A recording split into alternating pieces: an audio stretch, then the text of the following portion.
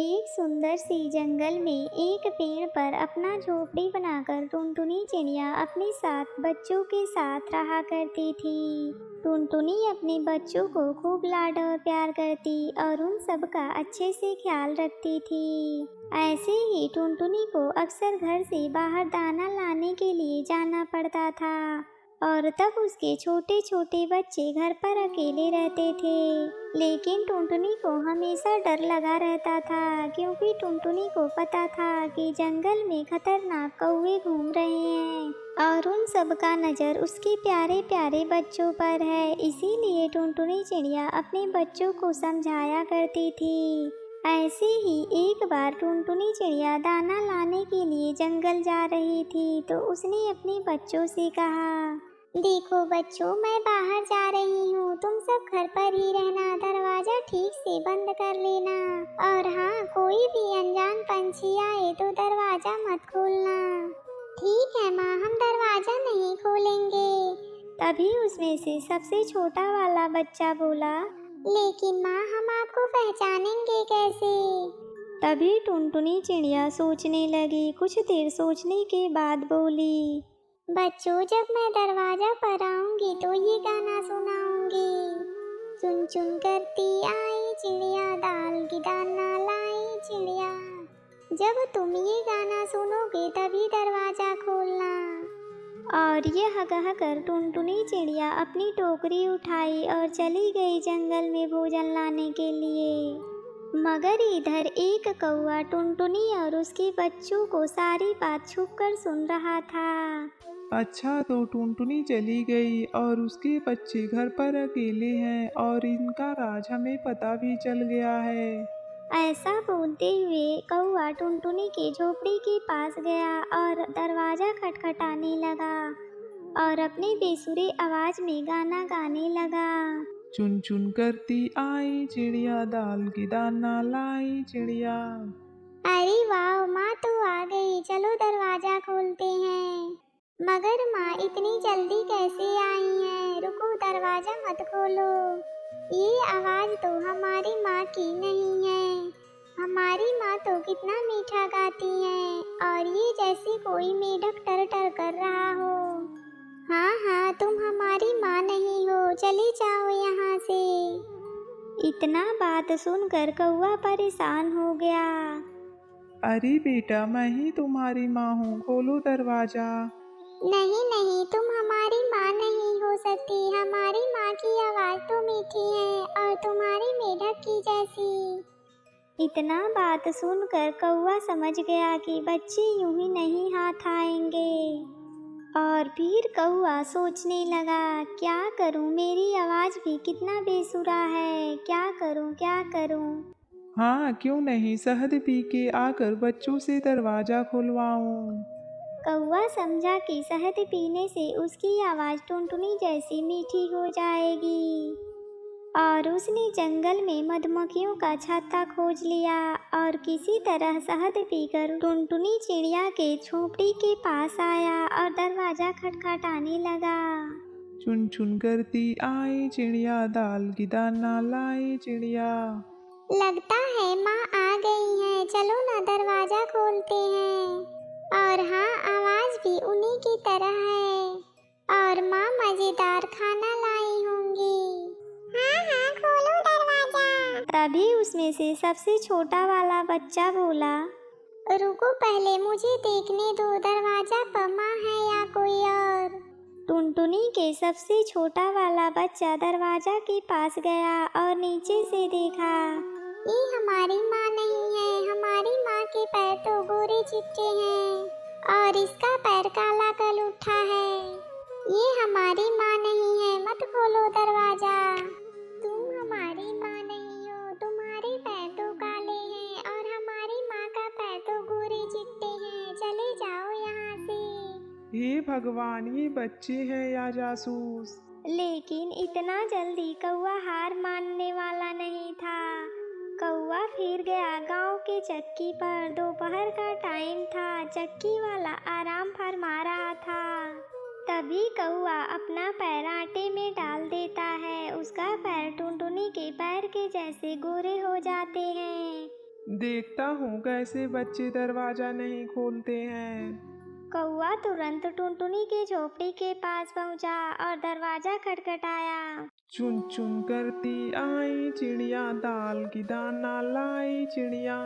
लगता है माँ आ गई है। हाँ हाँ, आवाज तो माँ की जैसी मीठी है। हाँ चलो ना, दरवाजा खोलते हैं। रुको, पहले मैं देखता हूँ बाहर माँ है या कोई और।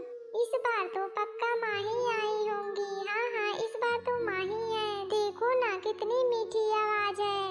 चलो ना, खोलते हैं दरवाजा, मुझे भूख लग रही है। नहीं नहीं, दरवाजा मत खोलो, ओ कोई और है, हमारी माँ नहीं है। मगर बाकी के बच्चे उस बच्चे की बात नहीं सुनते हैं और दरवाजा खोल देते हैं। और फिर सारे बच्चे कौवा को देखकर डर जाते हैं। देखो बच्चों, मैं तुम सबके लिए भोजन नहीं लाया, बल्कि अपना भूख मिटाने आया हूँ। ये सुनकर सारे बच्चे डर से जाके छुप जाते हैं। कौवा सारे बच्चों को ढूंढ लेता है और अपनी पीठ पर लाद कर जंगल की तरफ चल देता है। क्या बात है, नन्हे नन्हे ताजे ताजे बच्चे, आज तो मेरी दावत है। पर कौवा की नजर से एक बच्चा बच जाता है जो सबसे छोटा था। कौवा का ध्यान उस पर नहीं गया और वो बच गया। थोड़ी देर बाद टुनटुनी दाना लेकर घर पहुंचती है तो देखती है सारा सामान इधर उधर बिखरा पड़ा हुआ है। डर के मारे टुनटुनी अपने बच्चों को आवाज देती है। बच्चों, मेरे प्यारे बच्चों, कहाँ हो तुम सब? देखो देखो, मैं तुम्हारे लिए क्या लेके आई हूँ। अपनी माँ की आवाज पहचान कर सबसे छोटा बच्चा बाहर आया और रोने लगा। टुनटुनी चिड़िया ने अपने बच्चे को गले से लगाया और पूछी, तुम्हारे भाई और बहन कहाँ हैं? टुनटुनी के सबसे छोटा बेटा सारी सच्चाई अपनी माँ को बताया। ये सुनकर टुनटुनी गुस्सा से आग बबूला हो गई। उस कौवे की इतनी हिम्मत जो उसने हमारे बच्चों को हाथ लगाया, आज तो मैं उसे नहीं छोड़ूंगी। तुम चलो मेरे साथ, बच्चों को और उस बदमाश कौवे को ढूंढते हैं। इधर कौवा बोरी लेकर चलता ही जा रहा था। थोड़ी देर बाद वो थक गया। कौवा ने सोचा, अब थोड़ी देर आराम कर लेता हूँ, मैं बहुत थक गया हूँ। और वैसे भी बच्चे कहाँ भागे जा रहे हैं, उन्हें तो मैं बहुत मजे से खाऊंगा। ऐसा सोचकर उस कौवे ने बोरी नीचे रखी और एक बड़े से पेड़ के नीचे सो गया। टुनटुनी अपने बच्चों को खोजते हुए जा रही थी, तभी टुनटुनी को अपने बच्चे की रोने की आवाज आती है। टुनटुनी चिड़िया ने देखा कि कौवा आराम से सो रहा है और उसके पास बोरी में बच्चे बोल रहे हैं। बच्चों को जिंदा देखकर टुनटुनी चिड़िया की जान में जान आई। वो चुपके से बोरी के पास गई, धीरे से बोरी का मुंह खोल दिया। सारे बच्चे बाहर आ गए। बच्चे अपने माँ को देखकर बहुत खुश हो गए। तभी टुनटुनी का सबसे छोटा बेटा एक बड़ा सा पत्थर लाया और उस बोरी में डाल दिया और टुनटुनी चिड़िया ने रस्सी से बोरी का मुंह बांध दिया और सारे माँ बेटे एक झाड़ी में छुपकर आगे का तमाशा देखने लगे। कुछ देर बाद कौवे की नींद खुल गई। ओहो, आज तो मैं बहुत ज़्यादा सोया हूँ, मुझे घर जाना चाहिए और घर जाकर नन्हे बच्चे को खाता हूँ। और फिर कौवा ने बोरी उठाई और जाने लगा। पत्थरों से भरी बोरी कौवा से संभाला नहीं जा रहा था। वो एक नदी में जाकर गिर गया। अरे बचाओ, कोई बचाओ।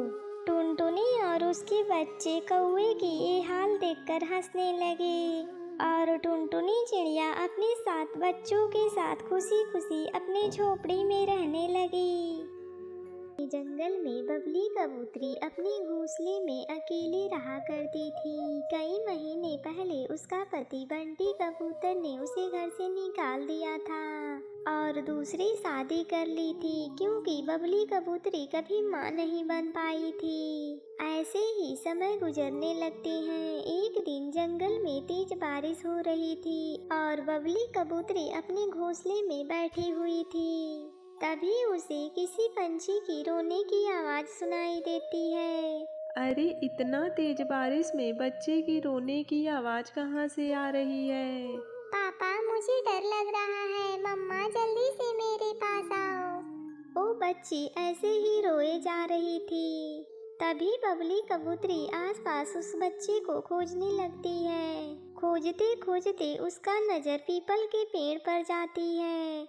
उस पेड़ पर एक नन्हा चिड़िया का बच्चा भीग रहा था और रोए जा रहा था। तभी बबली कबूतरी उससे पूछती है, तुम कौन हो बेटी? तुम्हारा नाम क्या है और कहाँ से आई हो? तुम इस जंगल की तो नहीं लगती।